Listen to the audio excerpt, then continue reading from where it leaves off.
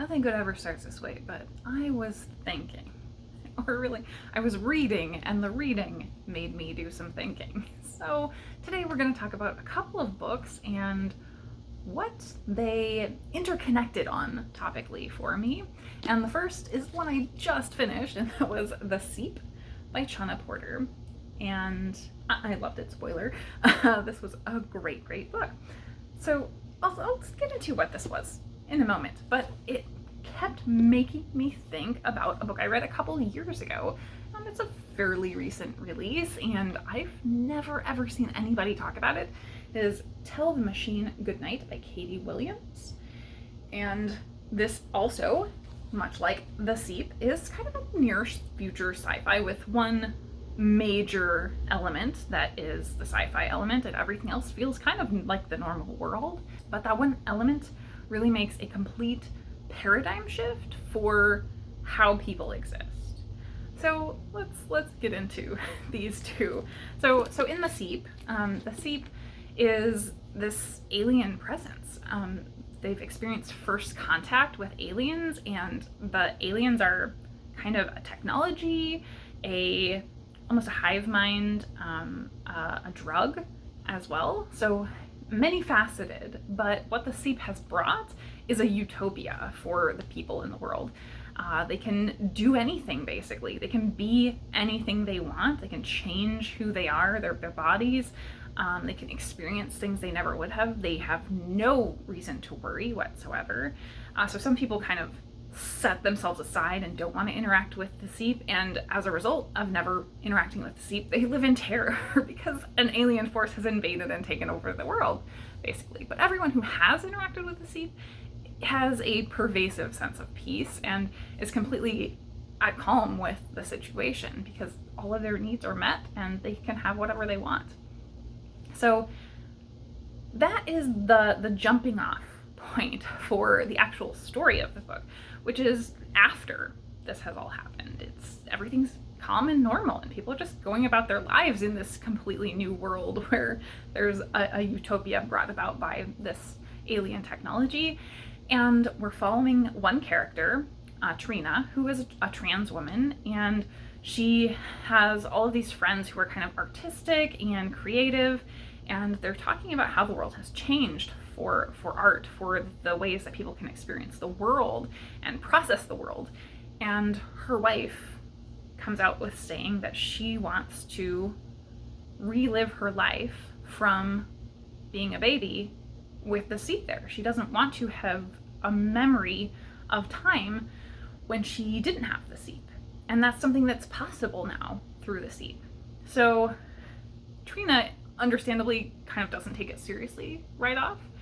And then once it becomes clear this is a serious thing, she effectively is losing her wife. Her wife wants her to raise her as a child, but she kind of says that she would be losing her partner. She didn't get into this for raising a child. She wouldn't be the same person. And that's the crux of the thought that for me kept resonating between these two books. So I think where I would go with that, this explores so much how we are the sum of our experiences. And that's what it comes back to in the end. But the way that it focuses that in The Seep is by talking about identity. And it's interesting that it made that about this aspect from a trans woman perspective, yet the story never actually focuses her transness, never makes it a thing in the story. It's kind of mentioned about who she is at the beginning and end. As well, throughout the story, the characters have a clear identity, but that's just signposted by the way they act or certain things that are said about them. So there's one character who's clearly Jewish because certain words that she uses are very obviously Jewish, but that's never actually called out at most points. So one character, Trina finds out, has completely changed their appearance to the appearance of one of their exes. However, their own appearance was that of a white man, and they have taken on the appearance of an ex who was a person of color. And so she is expressing her upset at that. She's trying to get across her point, and he's not understanding why that's a problem. And you'll see exactly where this is going. Trina's eyes grew big. Hold up, were you a white guy and you took this brown kid's face? Horizon, that's the name of the guy, raised an eyebrow but said nothing. You didn't, Horizon. She looked around, almost expecting there to be hidden cameras in the bushes, as if this were all some retro prank. You can't. You can't take other people's faces, their races, and wear them like a suit. Oh, race is a construction, he said, waving his hand. Everyone knows that. That might be, but it's still meaningful. Constructs mean things. Horizon grew impatient. Trina, everyone who has been joined, even once with the Seep, knows that we're all the same. We're all of the same essences. All layers of identity are just that, layers, and you can't play with them as we play with our appearances. Some things are too far. You can't. He stood up a little taller, flipping his long black hair over his shoulder. But I can, Trina. I did. With the Seep, anything is possible. Our bodies are just containers for our immortal essences, and that's my exact point. We've become too narrow in our thinking. Remember how intense it used to be when you first seeped? Now we drink punch at a party and barely feel anything. I feel things, she said slowly. Our bodies may be containers, but they still carry specific histories, and those histories are still meaningful, of course. The Seep doesn't understand that. They're amorphous beings with no physical bodies, but I won't let you stand here looking like that and tell me that my history is interchangeable with yours. So she goes on to call him racist.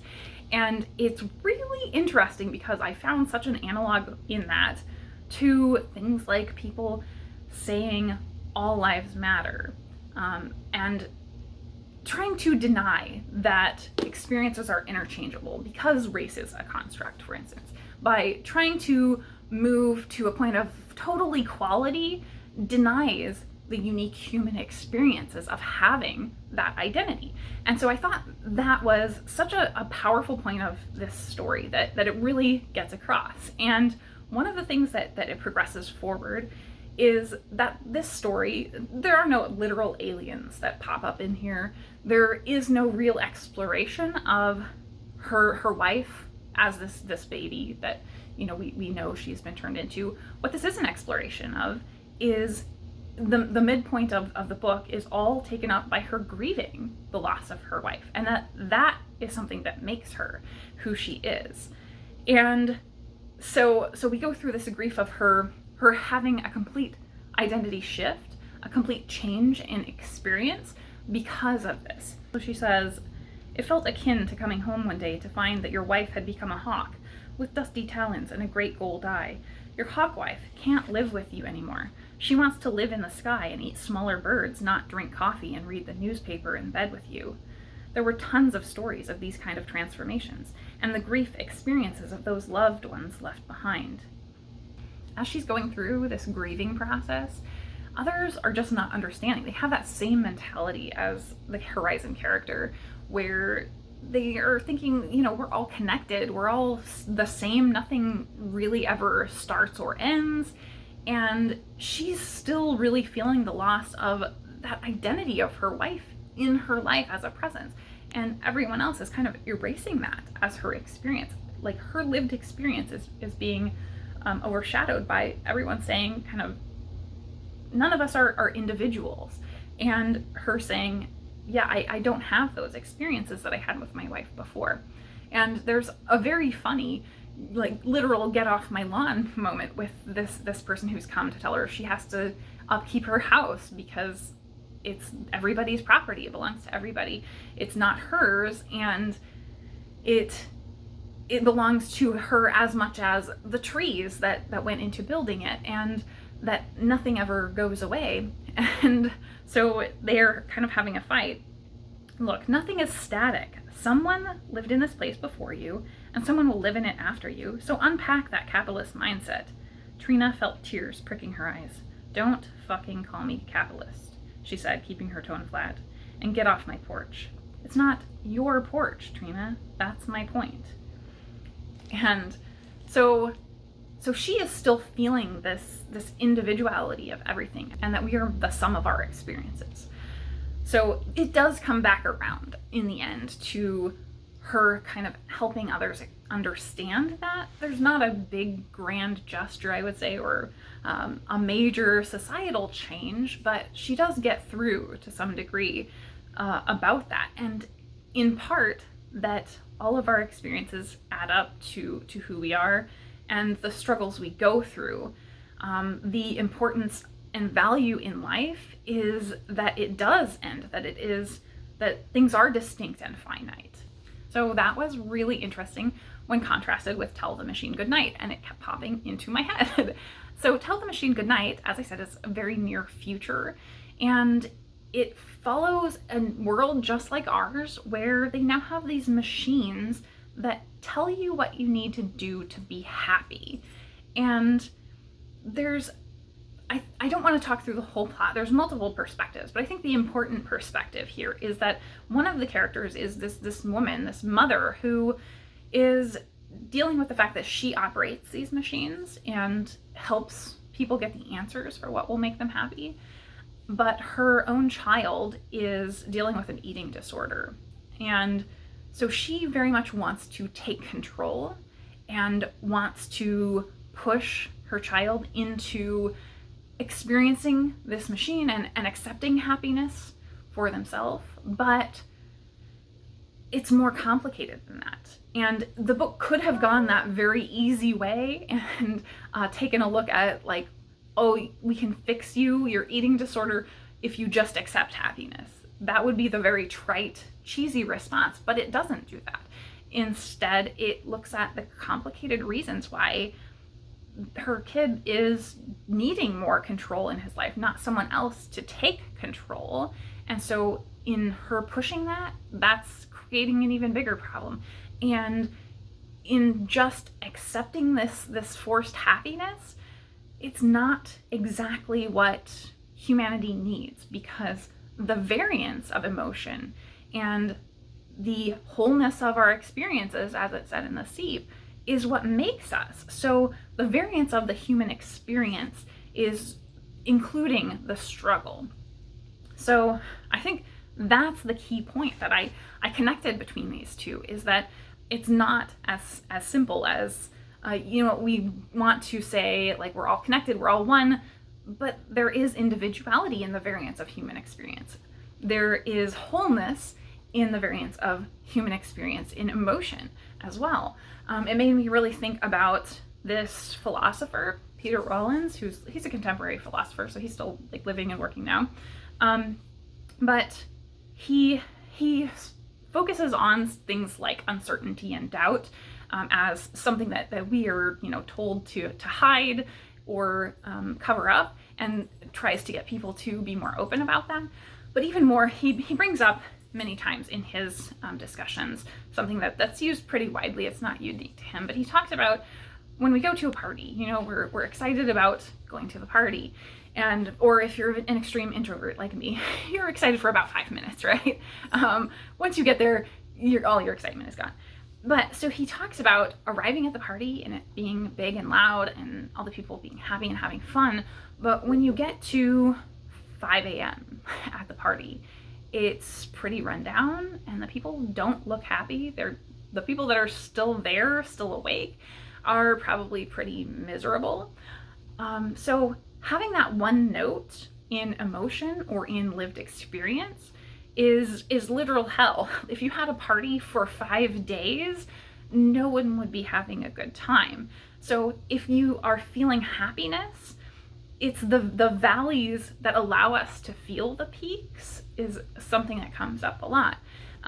It's what allows us to have value in those unique experiences of both lows and highs, and look back on them to make us a complete whole person. So I don't know that I really have a point, other than I felt like Tell the Machine Goodnight was a very good book, but a little underdeveloped, and putting it up against the Seep now, I felt like the two in conversation with each other created a bigger story than either of them as an individual book. And together they really built that complete story that I was looking for in the first book. So Yeah, I think that's always interesting for me when you have read something in the past and then you read something new and it just clicks into place. And I really felt like these gave me those ideological thoughts that I can use as a jumping off point to have a lot of conversations about these topics. So I think that's my ramble for today. Thank you so much for watching.